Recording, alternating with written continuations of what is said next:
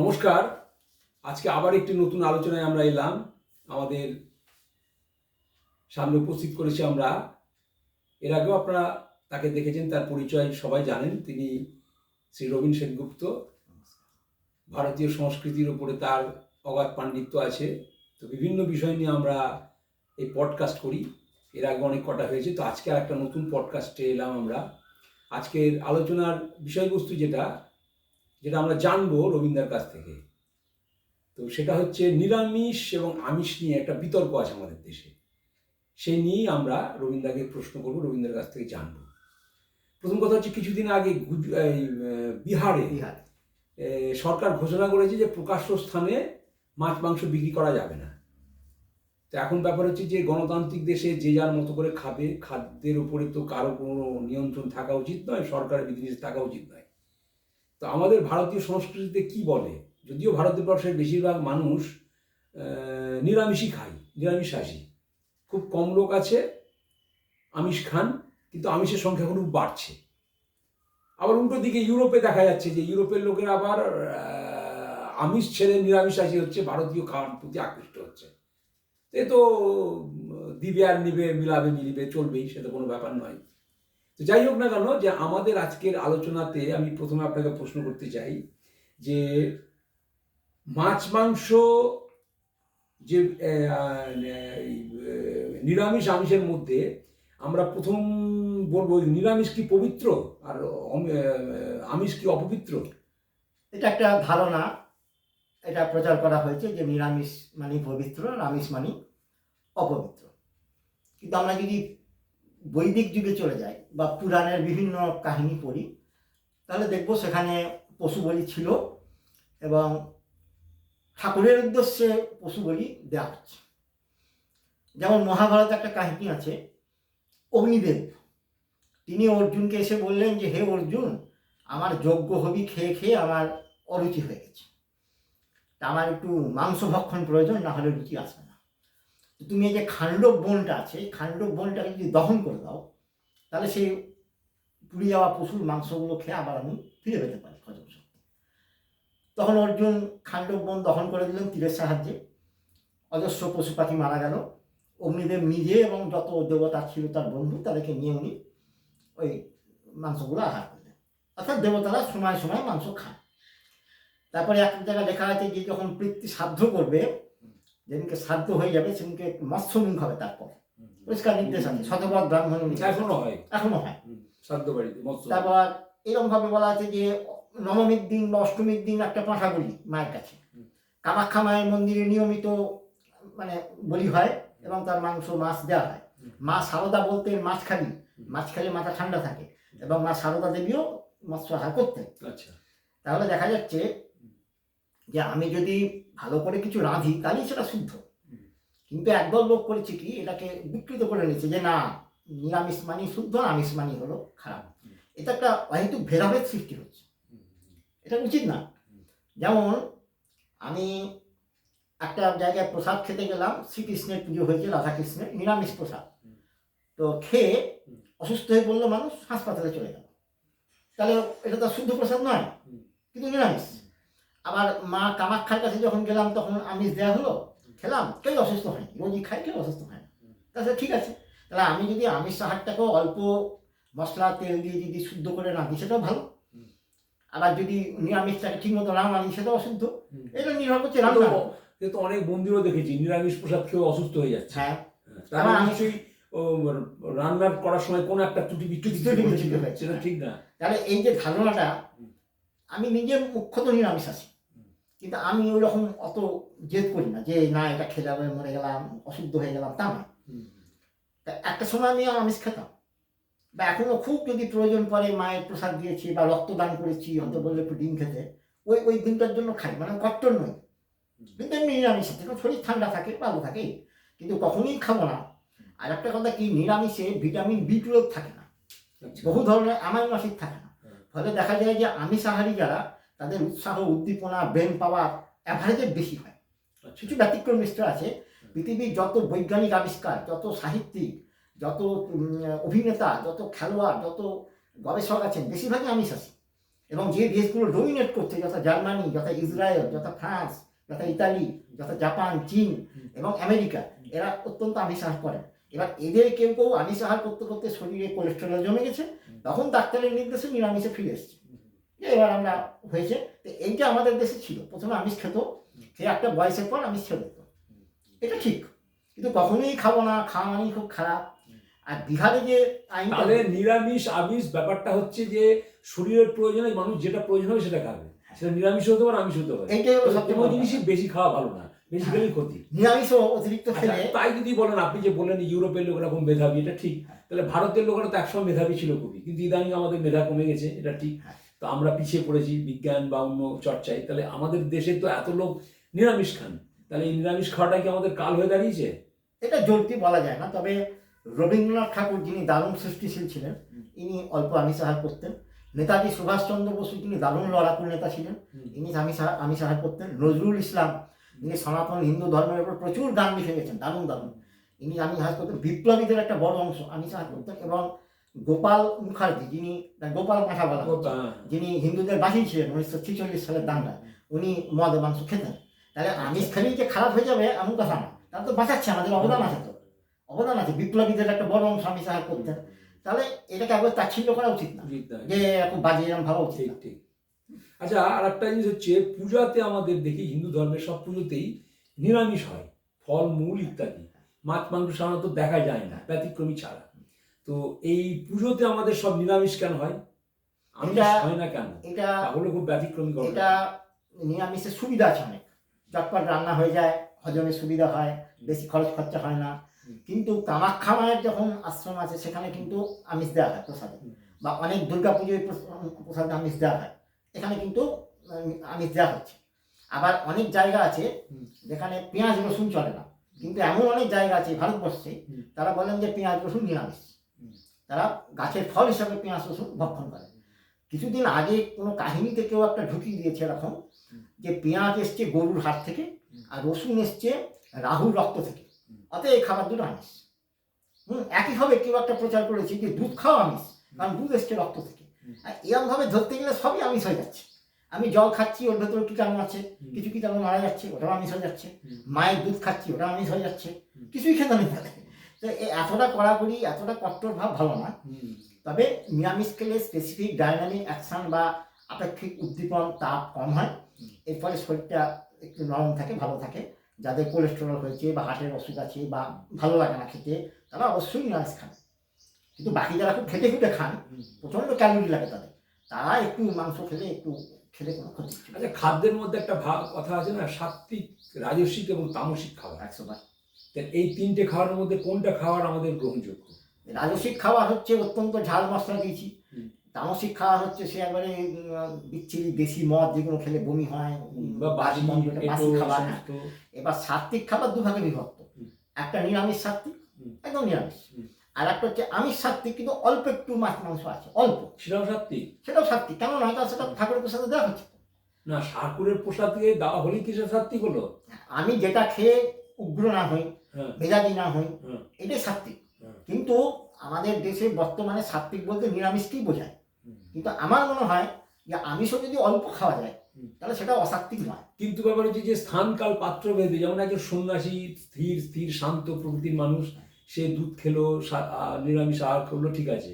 কিন্তু একজন যে যোদ্ধা, যে মিলিটারিতে কাজ করছে, তাদেরকে কিন্তু আমার মনে হয় তাদের দরকার হলে মাছ মাংস, এমনকি মদ খাওয়ার প্রয়োজন। যেমন লাদাখ এলাকায় যারা গার্ড দিচ্ছেন, ভয়ঙ্কর ঠান্ডার মধ্যে তারা গার্ড দিচ্ছেন, তাদের যদি একটু মদ না দেওয়া হয়, তাহলে তো শরীর, সেটা ওখানে ঠিক, ওটা ওখানে দোষ না। আবার একটা লোক প্রচন্ড জোরালো মস্তিষ্কের কাজ করে, দিনের পর দিন করতে করতে শরীর ঝিমিয়ে গেছে, তিনি একটু ব্রান্ডি যদি 2 চামচ খান, তাতে ক্ষতি নেই। এবার আমাদের ডাক্তাররা বলেন, আয়ুর্বেদও লেখা আছে যে আমাদের শরীরে একটু অ্যালকোহল লাগে। এই অ্যালকোহলটা আমরা ভিজে ভাত থেকে পাই, আমরা আঙুর থেকে পাই, আমাদের চলে যায়। কিন্তু যে ব্যক্তি তীব্র পরিশ্রম করেন, তীব্র খাটাখাটনি করেন, তা আগেকার দিনে খেতেন সোমরস, অল্প একটু খেতেন রাজারা, বড় বড় দেবতারা। প্রাচীন মুনি ঋষিরাও কি খেতেন সোমরস? বোধহয় ওরাও খেতেন, খুব সম্ভবত। এক জায়গায় বলা হচ্ছে যে মা দুর্গা তখন মহিষাসুরের সঙ্গে লড়ছেন, লড়তে দাঁড়াও মহিষাসুর, আমি একটু সুধা পান করে নিই, আমি একটু মধু পান করে নিই। মধুটাকেও মদের মধ্যে দেওয়া আছে।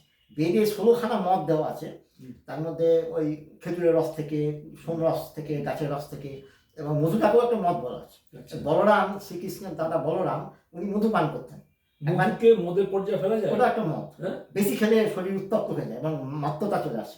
হ্যাঁ, মধু খাওয়া বেশি খাওয়া ভালো না। আচ্ছা আচ্ছা। তা আমরা অনেকে মধু খাই মদের বিকল্প হিসাবে, অল্প একটু খাওয়া ভালো। আচ্ছা আচ্ছা, তাহলে বিহারে যে নির্দেশিকা এসছে, এটা কি ঠিক না বেঠিক?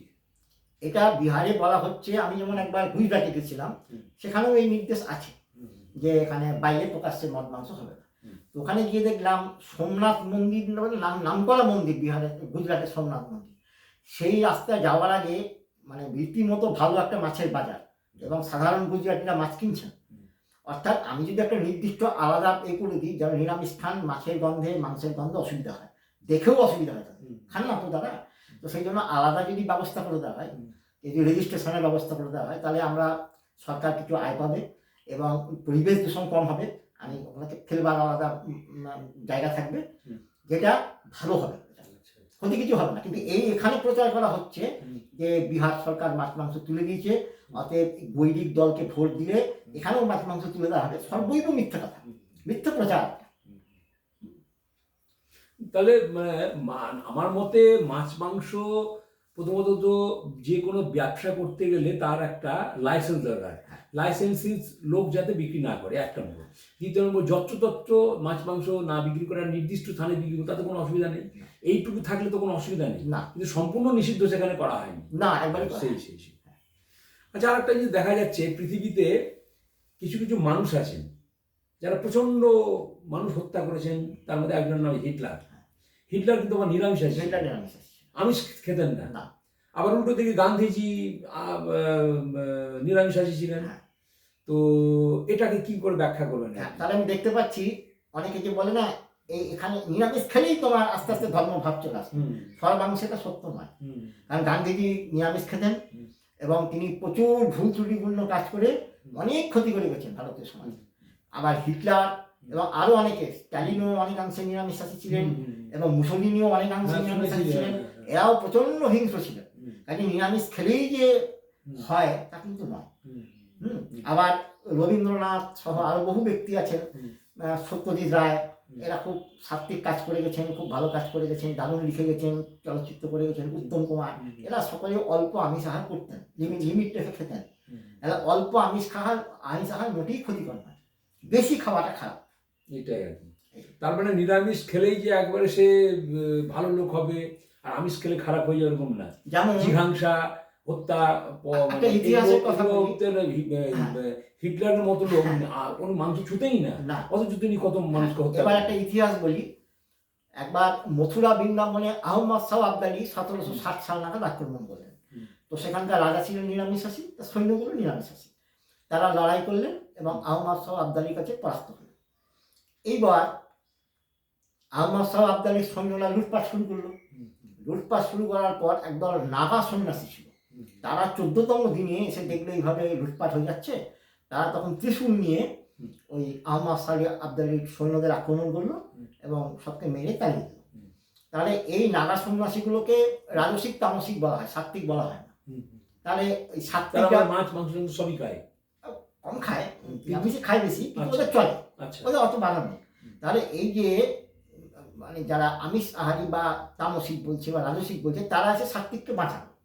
আবার কাশীতে আক্রমণ হয়েছে, মথুরায় আক্রমণ হয়েছে, যতবার হয়েছে নিরামিষাশী রাজারা, সৈন্যরা পরাস্ত হয়েছে ইসলামিক শক্তির কাছে। আবার যখন কামাখ্যায় আক্রমণ হয়েছে বা অসমে আক্রমণ হয়েছে, তুগলিল খাঁ আক্রমণ করেছিল, 18-19 বার আক্রমণ হয়েছে। প্রত্যেকবার তারা মায়ের কাছে বলি দিয়েছেন, সেই বলির রক্তে তিলক কেটেছেন, সেই মাংস খেয়েছেন, একটু মদ খেয়েছেন, লড়াই করেছেন এবং ইসলামিক শক্তিকে পরাভূত করেছেন। তারপর থেকেই বাংলা মুলুকে মাছ মাংস খাওয়ার অত্যাধিক চল চালু হলো, যে এতে শক্তি পাওয়া যায়।